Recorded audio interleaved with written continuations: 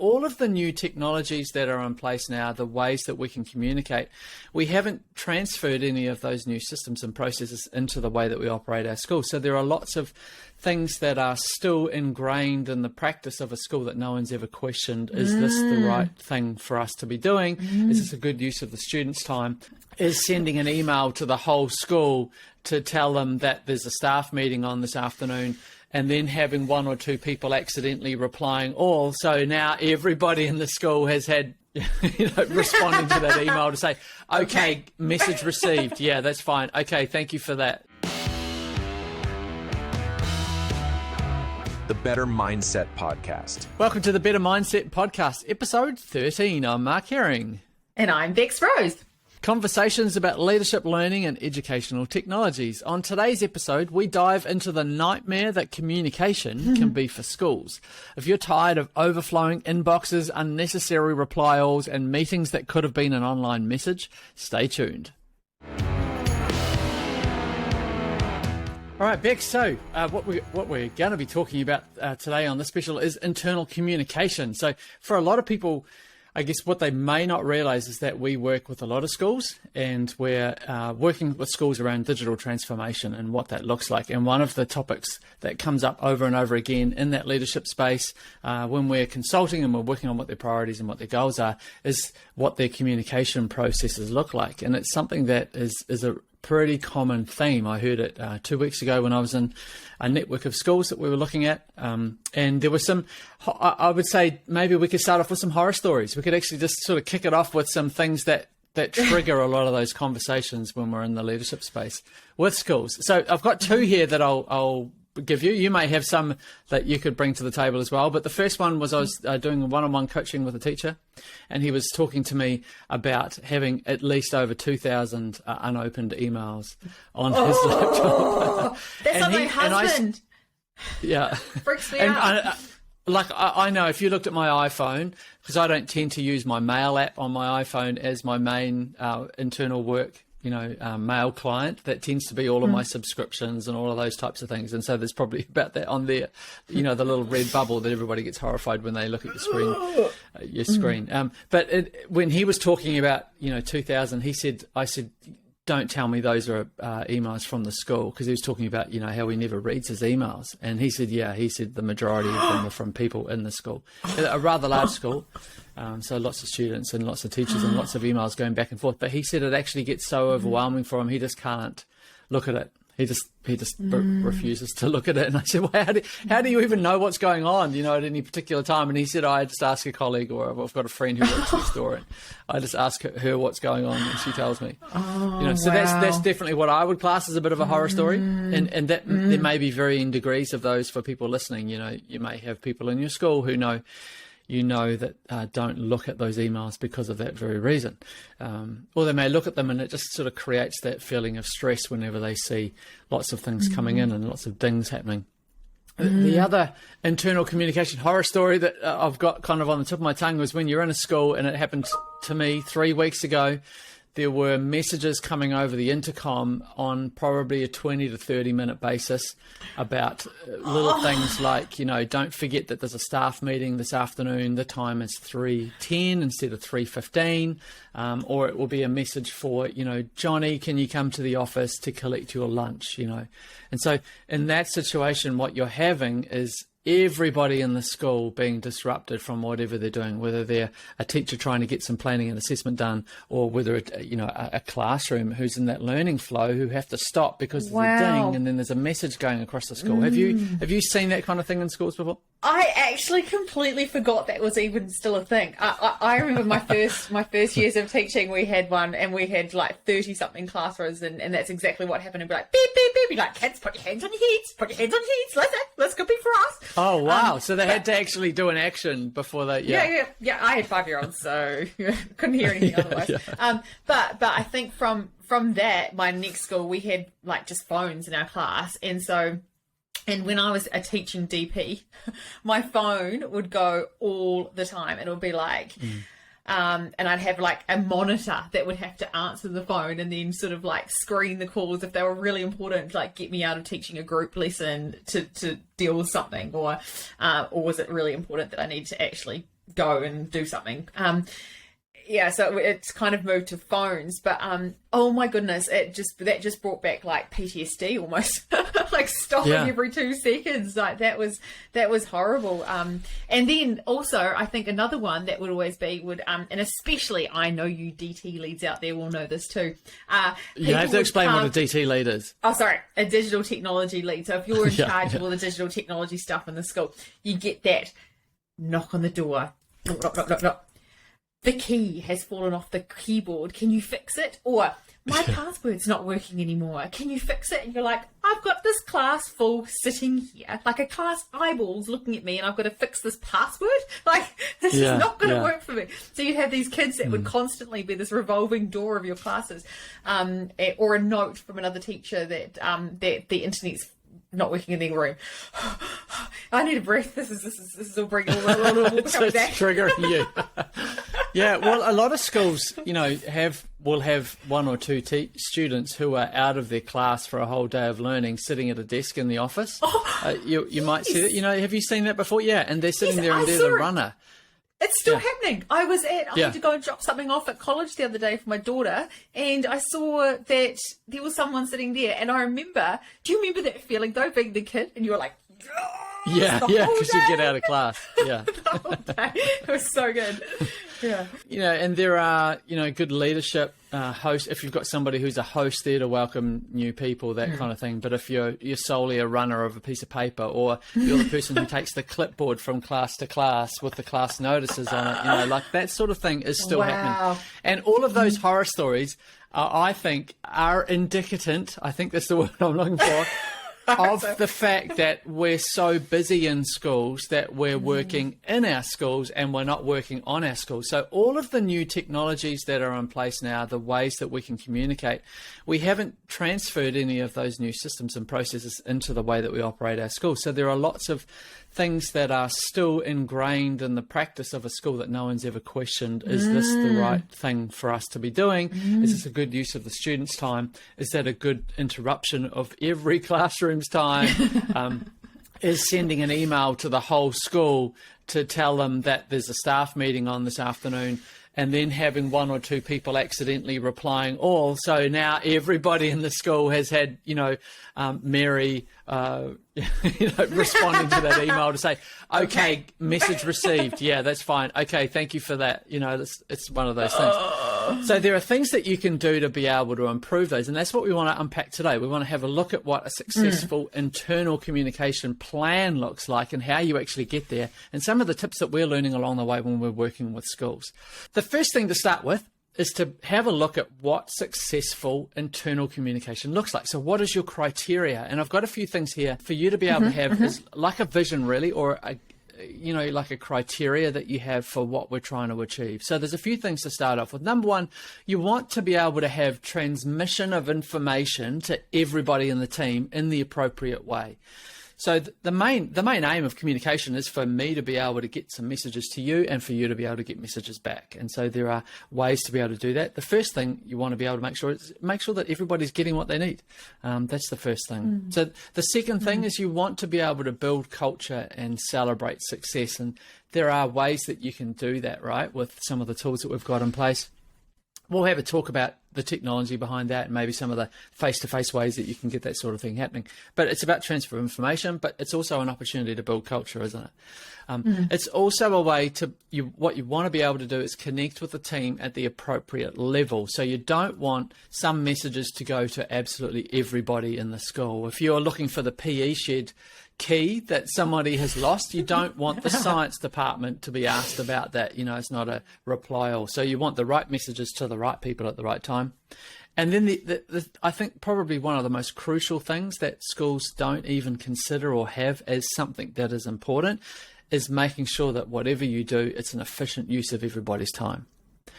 So to have everybody sitting in the staff meeting, for example, this is probably not a great use of time to have everybody sitting in the staff meeting hearing messages that don't relate to them when it could have been an email to specific people. Just because it's more convenient for me as a leader to be able to give that message to everybody at one time so that I know that everybody's heard it, it's not actually the best use of everybody's time. So it's about thinking about that efficiency as well. So transfer information, build culture, connect with the right people at the right time, and then make sure that, the communication is efficient. Those are some things to be able to have as I think the thing that you're trying to aim at, right? So what does that look like when you're working through a bit of a plan? And we can have a chat about this and some of the things that we've seen schools do. But the first thing that we recommend to schools to do is to, number one, actually be intentional about developing a plan for change. And so what you can do is you can just let everybody know that this is what you're doing, but have the intention as a leadership team to be able to look at what you're doing and assess it against the criteria that you set. There may be things that you've added to that criteria that we just described, but start off actually being intentional about it, right? Saying, right, we're going to look at this, and maybe at the beginning of next year or the beginning of next term, we're going to roll out a new plan. That's our time frame. We're going to be intentional about it, and we're going to move. That's the first thing, isn't it? Because it's really hard for a lot of schools to actually make the decision that they're going to do that. And that's, change management 101. It's basically a change management plan in this context, isn't it, really? Yeah, 100%. So you just have to be intentional about it, make a decision rather than little tweaks here and there. Let's take a concerted effort to go through a process and do it right. So that's the first thing. Number two, the second thing you want to be able to do is develop a team that are going to help you make that decision with representation from all of the different areas in some way, shape or form. What that doesn't mean is that you have a team of 12 people who are making decisions. It might be 4 or 5 people, but you want to have, people who are involved at the exec level, and you want to have, some staff representation at the teacher level so that they can give their input for any of those critical components. And you want to have, a bit of a range of maybe some age groups. That's something that a lot of schools don't think about. Have we got some older, more experienced teachers, but do we have some younger teachers as well, so that everybody can give their perspective? Because what I think a lot of schools don't realize is that in any teaching cohort, you have probably got 3, maybe 4 different generations, operating within that. You've got people in their 20s. I won't go into names of millennials and Gen Zs and all those types of things, but you've got, 20s, 30s, 40s and 50s and 60s are very different, so your 40-year-old age group operate very different even from your 30-year-old age group. Yeah, but they also bring different perspectives on things that you may not be thinking of as well. So it could be that the older generation has some really, they've been around for long enough, they know what works in some respects, but the younger generation also have all these new ideas for new apps and things that have come through and taking the best bits out of that. So not only that, it also enables that buy-in from those people across those age levels as well, because if they know that their voice is being heard in some which way or form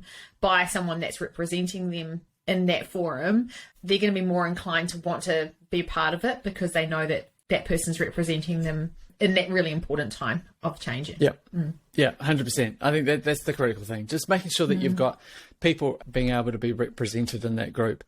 And then the third part of that relates very closely to that. Make sure that you've got people who are representing the different areas and age groups, but also making sure that you've actually mapped out who the stakeholders are. Who are the people that you're trying to communicate with? I think that's really important. A lot of people forget to do that part. It's change management 101. Who are the people who are impacted by the change? And so just sitting down with that team of people, it might be 4 or 5 people, just get a big bit of paper and start to put those people into groups. Okay, so we've got different departments. That could be one set of stakeholders. We've actually got different age groups of teachers. That's another department. We've got different levels of leadership. That's another sort of area of stakeholders. We've also, now we're talking internal communication, but let's say you were going to look at your communication plan overall. We work with a lot of schools to be able to map the stakeholders in their community as well. So parents, caregivers, what does it look like for extended family? What does it look like for, older and younger siblings, all those types of things. Governance is another one. I'm on a board of trustees and I feel like sometimes that group is forgotten, but it's so important because the visibility needs to be there in terms of the documents and bits and pieces. So if they're not included, so maybe that's another a key area that we need to make sure that is included. Yeah, 100%. Yeah, so just map those people out, and your governance is part of your internal. Did I say a metaphor? No. That was accidental. I've got one ready to go though. So if we're going to do here an analogy, it's ready to go. I just accidentally knocked it. You're probably going to put me off now. I won't use any metaphors or analogies for the whole podcast. Yeah. All right. So that was number 1, 2, 3. Now we're up to number 4. Number 4 is build your criteria. So what does a successful communication plan look like for you? And that you could use the 4 that we talked about before, but there may be some things that are really important. And it's at that point that you want to start to do number 5. You want to give everybody a voice.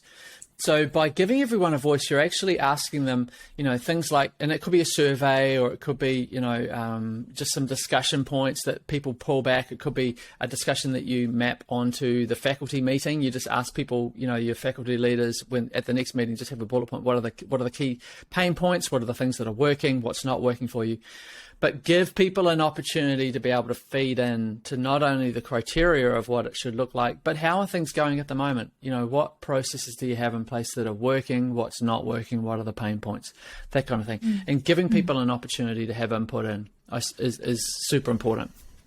So that's number 5. Number 6.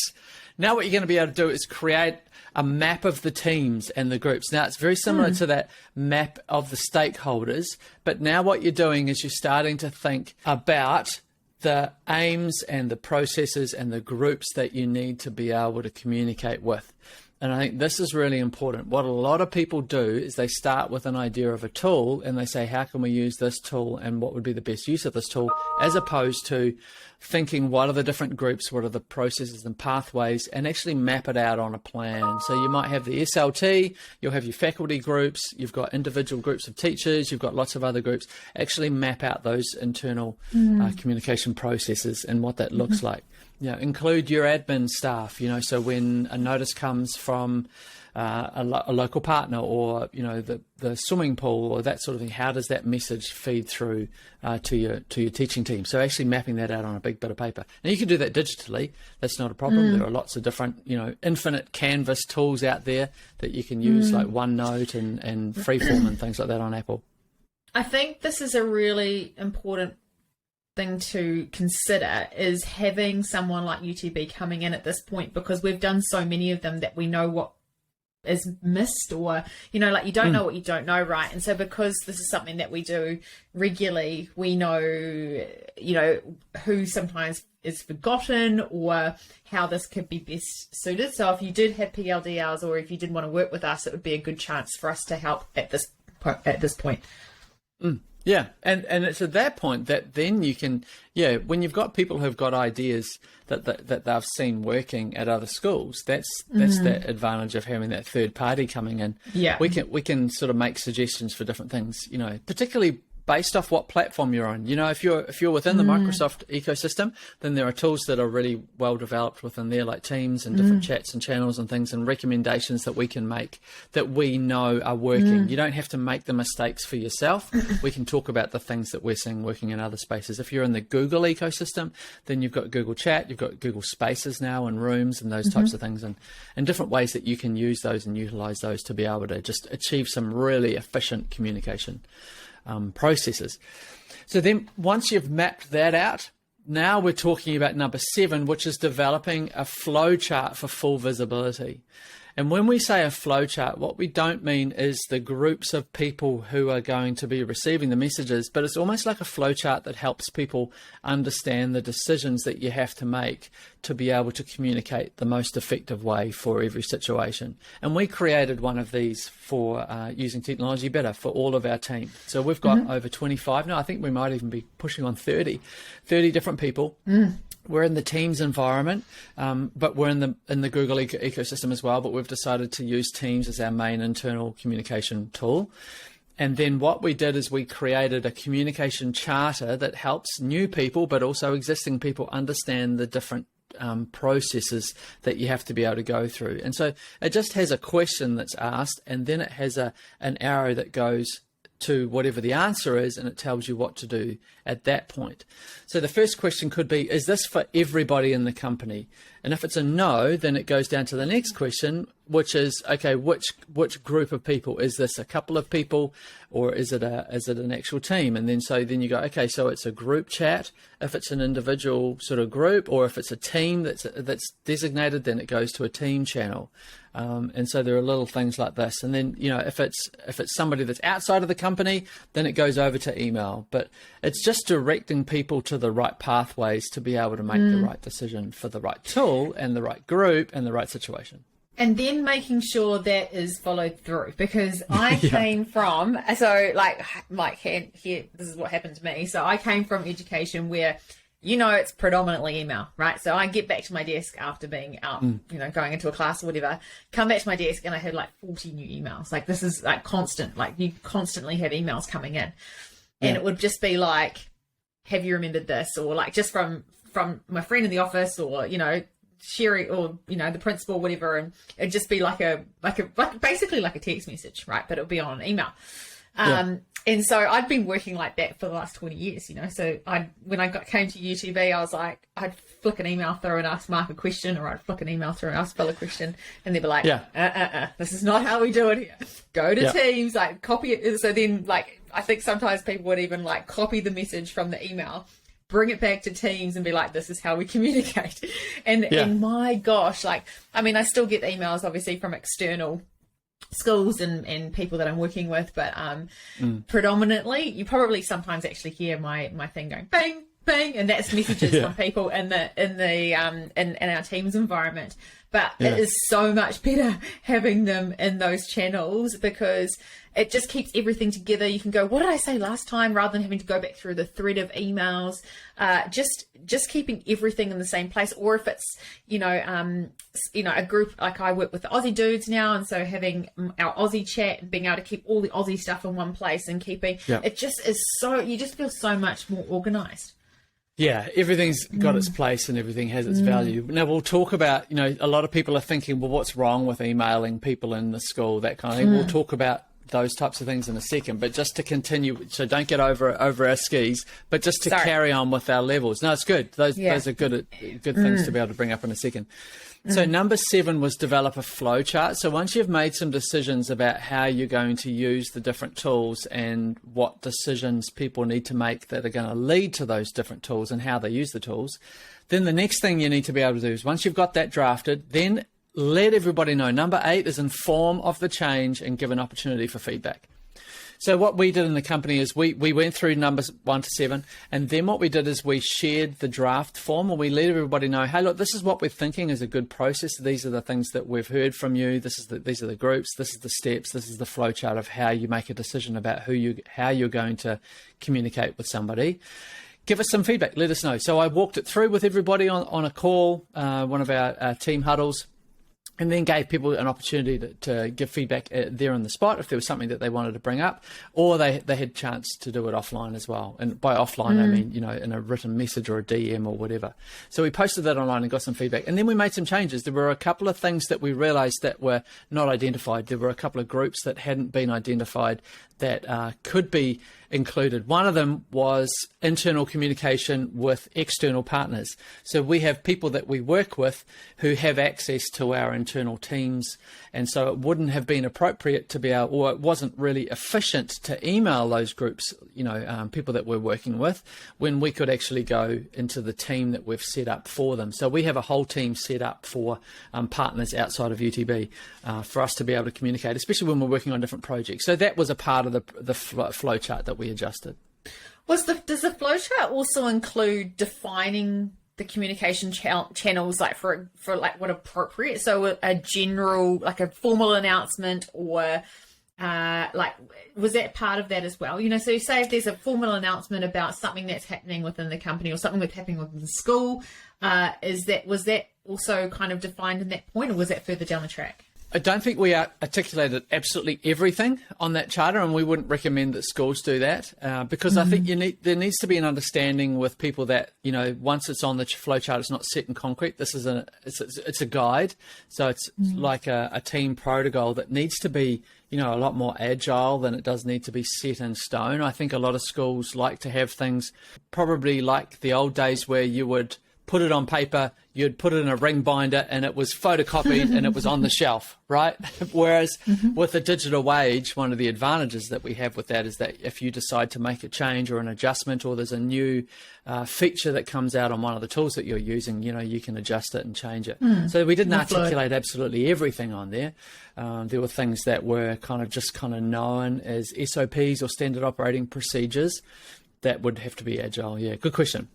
So, okay, cool. So then number 8, once you've informed of the change and given people an opportunity to get feedback, then you want to roadmap what the transition looks like. So people will want to know, are we starting this tomorrow? When are we actually shifting? All of that sort of thing. So I think making some clear decisions about what the date is that the things are going to change over to, I think is really important. And so, you could have like a milestone of the beginning of a school term or the beginning of a school year. Sometimes that can be a good way to be able to transition things. Or you could just say, hey, look, if you're a small school and there's not too many of you around, you could say, on Monday, this is the way we're going to be doing things. Let's trial it out, and we'll give it a trial, and we're going to have an adjustment period or whatever it is. But I think being really clear and communicating that effectively is super important. I've also been in a meeting with the school that did none of this process and ended up when they started back at school this year, they'd moved over to this way of talking, like this way of communicating. And can you imagine the backlash from that? It was not going well for them. That's that change management piece 101 is making sure that all the people are on this journey with you, because even if they think it might be a good idea, if they haven't been involved in that process, their back's going to go up. They don't want to change. They weren't part of it. They had no piece of that puzzle whatsoever. So just that importance. I think just keep reiterating that, bringing people on the journey, the communication, making sure everyone knows when it's starting, when it's even getting some buy-in on the most appropriate time. It could be that if you are a smaller school, it could start at the start of a term, and so they could have a bit of a play with it over the holidays, that kind of thing. But just that communication piece is so important. Yeah, 100%. It's just such a crucial part about any change. I think my dad has been involved in a lot of change processes with his career, over the years, and brought in some quite major, almost international level of change. And he always tells me that, you're always going to have 10% of people, 10 to 20% of people are actually not going to like what you're doing. It's that middle group that you're trying to aim for. And what you want to try and do is keep the dissenters or the people who are negative about it down as small as possible. And one of the ways that you can do that, well, there's a few things. Number one, be really clear about the communication. So let people know that this is what we're doing and this is why we need to be able to do it. Involve them, involve people in the process all the way along, from the beginning to the end. At the very start, this is what we're doing. By this time, this is what we're aiming to have achieved.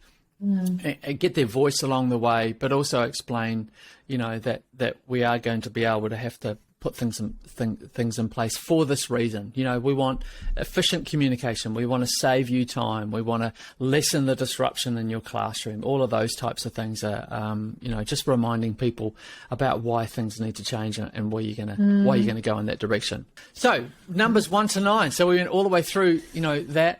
From the very beginning of being intentional all the way through to road mapping the transition and then communicating and being agile and flexible and being able to change. Not flip-flop like, we're trying Google Chat this week and next week we're doing Teams. It's about refining one tool and getting that happening and getting the most out of it. So here are some tips that we think are really important, and I guess answering some of the frequently asked questions that we hear all the time from people. So the first tip that we've got is creating a chart. We talked about that. But making sure that chart is agile. So going back to it all the time, making sure that it's part of the process of bringing in new people, but it's also something that is visible for everybody and reminding them. We have onboarding processes and videos and slides and things that people can access, and we have a list of things that you have to tick off when you first come into the company. So if you've got new staff joining, I know some schools will have like an onboarding manual, or they'll have a day where they onboard all new staff and they go through what these processes look like. I don't know, have you been involved in any onboarding processes in schools before? Yes, there was nothing when I started, so it was something that I was really passionate about doing and refining. Awesome. And it's just that fluid, refining, getting feedback from the people that have been onboarded recently and what we've missed. And because when you've been there for so long, you forget, you just do everything, you know, like on autopilot. So by having fresh eyes come in, it's really, really important to hear their feedback. I think back to some of the onboarding I've had, it's like, this is the security code. This is the key. This is where your classroom is. Well done. We'll see you at staff meeting. You know, it would be, oh no, here's the manual. Here's the manual for you to be able to do all your planning and that sort of thing. Read through it. And there are lots of ways of you being able to create some, I guess, some more interesting process to be able to do that. There's a lot that schools can learn from the corporate world and from the business world. And there's a lot of HR tools that you can enable now. There's apps that you can download. There's websites that you can sign up for where they have little onboarding videos, and they have like scaffolded templates of you being able to go through things. We use an application called Monday, and a lot of schools have taken that on board, where you can create a board with tick sheets that you can work through. So once you've got an onboarding template set up with the tick boxes that you can include videos and slides, and you can put links to different things, then you can duplicate that for people, right? So you can create a copy for Bex, and then this is Bex's copy, and then if I'm your team leader, or you know, whoever it is that you report to, you can be going through that when you're having your weekly meetings or whatever, and you can sort of have a look at that process. I also things recommend to do before school starts, things to start once you go. I also recommend not doing it at every start of the year teacher only day. Who sat in front of that for every year when you've been there for like 10, 15 years at a school, and you hear the same onboarding processes every year at the start? You can pretty much recite it off. That's also not an efficient use of time. But anyway, that's a whole nother podcast. Well, and I think, it's an opportunity for you to be able to build culture too. So it's not just about here's the key and this is the tool that you use when you need to email or, when you need to communicate with people, use this tool here. It's actually about the way that you use the tool. We've had some good conversations internally at UTB about when to use direct messages and when to jump on a video call. And that's been a really good development. I think that's solved a lot of issues over the last couple of years. For example, one of the guidelines that we have is that the more emotional the conversation has the potential to become, the more you need to do it either face-to-face or on a video call. And that's happened a number of times. It's very easy for me to fire off a quick little, just have a bit of a rant and fire some shots at somebody, or when I'm giving a message or a reply, or maybe having to say no to something, or maybe redirecting somebody, and I know that there's a potential for that person to take it the wrong way. That's part of your onboarding communication processes. Absolutely. Is about teaching people to actually, it's better to say, hey, have you got 5 minutes for a quick call, or can I make a time to jump on a call with you if we're remote, or if we're in a school, go and see the person, actually drop into their school, their classroom after school, and just have a quick chat. I think another good point here is right at this point as well is setting the boundaries. So, it can be, you can be contacted 24/7 nowadays. So what does that look like for your internal team? Is it okay to message the neighboring classroom teacher at 9:30 when you're planning at night, when they started at 7 in the morning? Is that okay? So putting those boundaries in place of work hours. When can you, when is it okay? That might be individualized. It might be team wise. It might be whole school wise, but just having that clear and clarity around that boundaries point. And giving people permission. So if you're the leader of the school, one of the most important things you can do at that school is to give people permission to not have to answer messages outside of school hours. So that if I want to get a message across and I need to get a reply, things like, and one of the tips that we'll give is using the thumbs up or an emoji as a response so that you can see who's seen this message. If it's something that's really important for tomorrow, that's one thing. If it's like, hey, swimming sports has been cancelled tomorrow, can you give a thumbs up to this so that I know that you've seen it, and then I'll reach out to the people who haven't thumbs up. That kind of thing is different. Where you do need to get in contact with people. But I think it's really important for leaders to be able to give permission to say to people, hey, look, on the weekend, I'm not expecting a response. Just because I'm messaging at, 2 o'clock on a Sunday afternoon doesn't mean that I need a reply from you, because that might not be your time to be able to work on things. So I think having those conversations and that direct conversation is really important. There's lots of other things that we could teach you as well around scheduled sending and things like that. It's all under that wellbeing banner. So if you've got wellbeing in your strategic plan, this is an actionable way of showing that you are doing something, not just putting on some sausage rolls at morning tea time. Like, this is actually actionable stuff that we can help you with.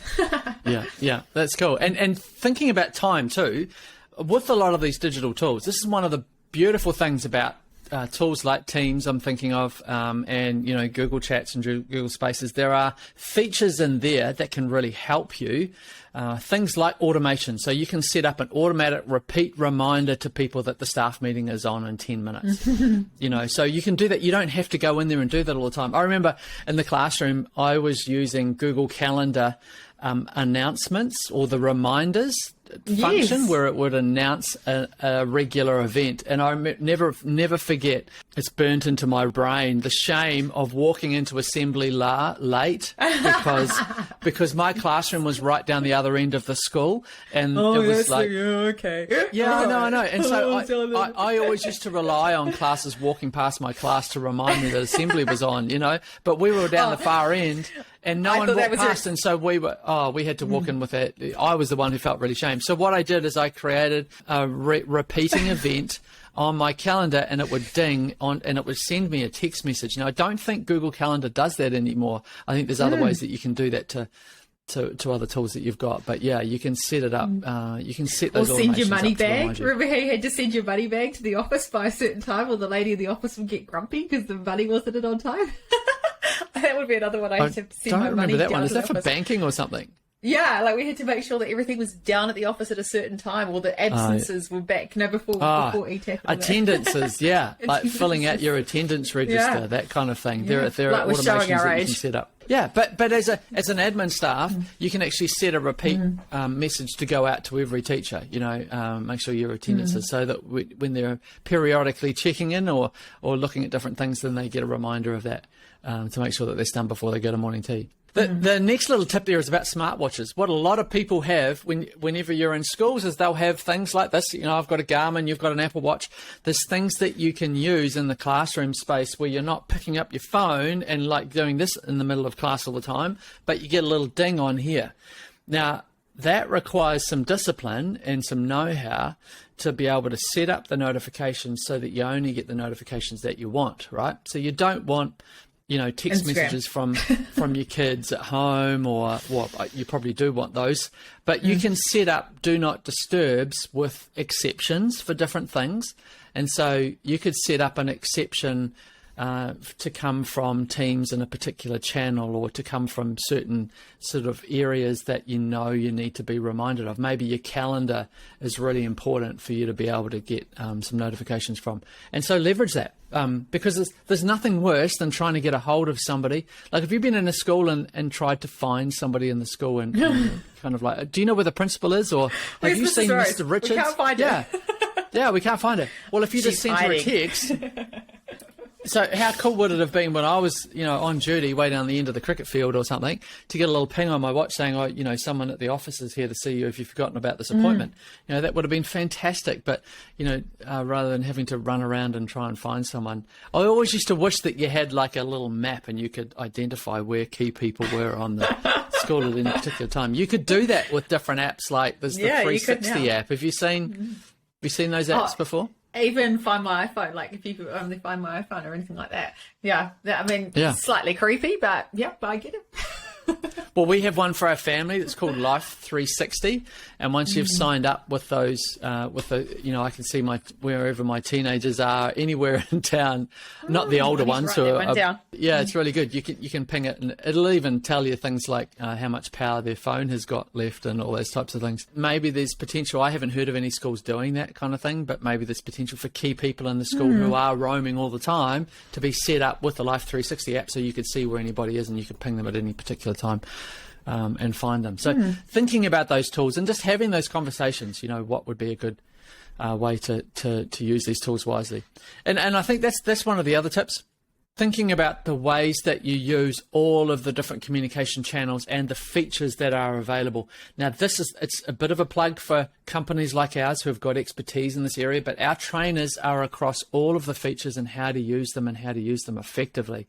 So in Teams, for example, you've got different channels, but you've got different direct message groups that you can set up.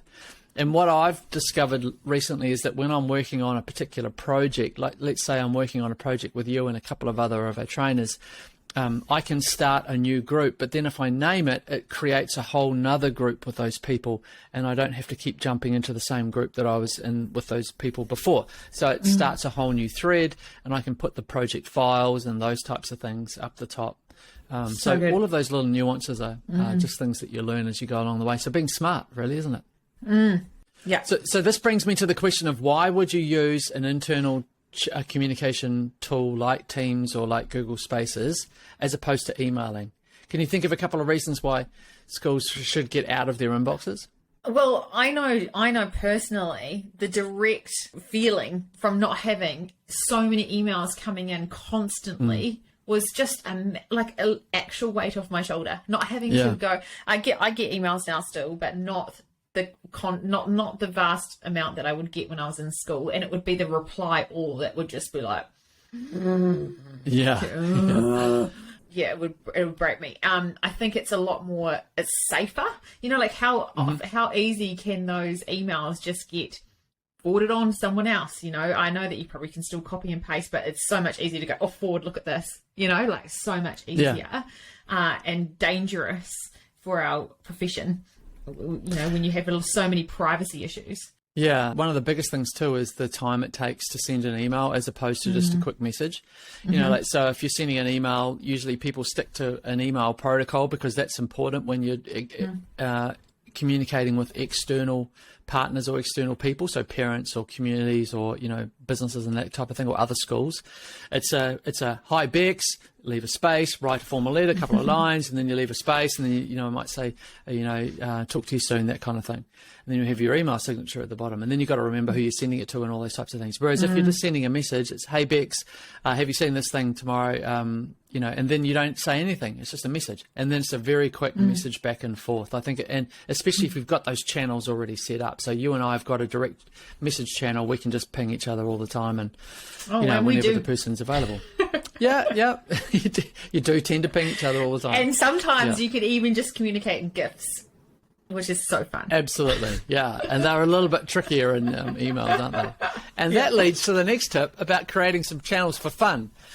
So a lot of people think that, like obviously you're communicating information or you're wanting to get information back and forth and get some feedback and things, but sometimes just being able to share a picture of something funny that your dog's doing, or, hey, have you seen this, listen to this funny thing that happened in class today, or that kind of thing, you can actually create some fun channels.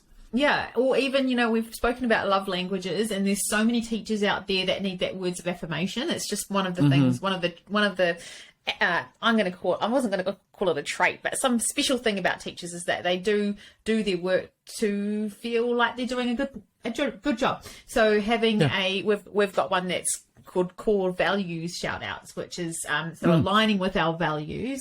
This person has done this, and you can tag the person in, and then people go, yeah, this is awesome, you're awesome, and that just fills your cup if you're a words of affirmation person. And so having something, you could say, hey, I walked into Mrs. Barty Bar's class the other day, and the kids were so engaged with that learning on Nearpod that it was so cool. And just popping it up in the channel, and just that warm fuzzy, like it's just, it's cool. It's that we've got a random fun channel too, so it's everybody in the team can communicate. So it's that kind of water cooler conversation. Did you see that thing that happened in the sports game last night? Here's a screenshot of something I saw. Those types of things. So that's a real fun way of just building community and having fun together, and kind of enjoying each other's company online. So that's a really important thing. It's been going for a long time. We could talk about communication all the time, couldn't we? We love it's something talking. I'm actually pretty passionate about. Yeah, we do. But one of the things that I think is something that leadership could think about is looking at your engagement metrics. So, one of the things that we find quite funny is we give sometimes an award to the person who sent the most messages throughout the quarter or the term. And there's little funny things that happen because we do have people in our team who will say, hey, and then hit enter, and then they'll say, what are you thinking about this space? And then they'll hit a message, and it'll basically, that could have been one or two sentences as one message, but they sent about 6 messages. So that tends to win those. One of the people on my team will write each word like this just to be annoying too. Yeah, that's quite fun. But as somebody who can, when you can get your IT team, or if you've got access to your dashboard, you can go into the back end and see who's communicating with who and how much, and who's not communicating. Maybe there are people who are a little bit isolated and aren't connecting with other people. So that can be really interesting, just to be able to see, and you can kind of get a gauge of what's happening in your team. It gives you a little bit of insights. The last one I think that is really, really important is there are lots of situations where we've talked a lot about online communication tools that are really handy, but there are situations where it's important for your communication plan to be thinking about when to use a face-to-face meeting and when to use some of those online tools. And, the classic scenario is everybody's in a staff meeting and, you spend about half an hour transferring information. Now, that can be quite important when you want opportunities for people to have a face-to-face discussion, whether it's things that, you might want them to discuss and give you some feedback right there on the spot. That can be a good way to be able to do it. Or have a discussion, write your feedback on a piece of paper, we'll collect it in and we'll feed that back. But there's a couple of things that you can do where instead of doing that, maybe that staff meeting could actually be an email.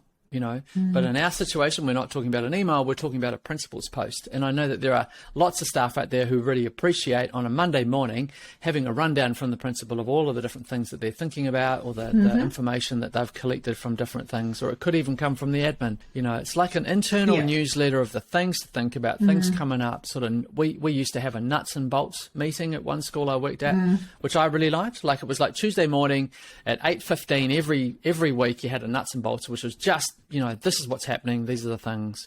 But I always send one of those out on a Sunday, a scheduled send on a Sunday evening of what's coming up this week, just while I knew that they would be planning, and we'd come to we'd had a conversation that Sunday evening was the best time for it to come through. So awesome. So lots to think about and lots of tips. We could probably keep going on about all of these sorts of things, but when you're working with a company like ours or any third party, I guess the big idea is to be intentional about it, to go through a process where you're thinking about who you want to connect with, who are the people who are going to be involved in that process, and then be intentional about what that change process looks like, but keeping it agile as well. So there's lots of little things that you can be able to do. But if we can just encourage one or two people in your school to just have a little bit of a look at that process and invest some time. It may take some time for you to be able to do it, so it needs to be a priority. You might need to move some stuff off your priority list to be able to do this. But if you think about the long-term benefits of culture building, of transferring information, the efficiency that can come out of that, and then just releasing that overwhelm for people to not have to go through their inbox and sift through things, I think is really important. So lots of things to talk about. If you are interested in finding out more about this, definitely get in touch with us, team at Using Technology Better. We'd love to help you, but hopefully there's some takeaways for you to be able to get out of that conversation to make things better at your school.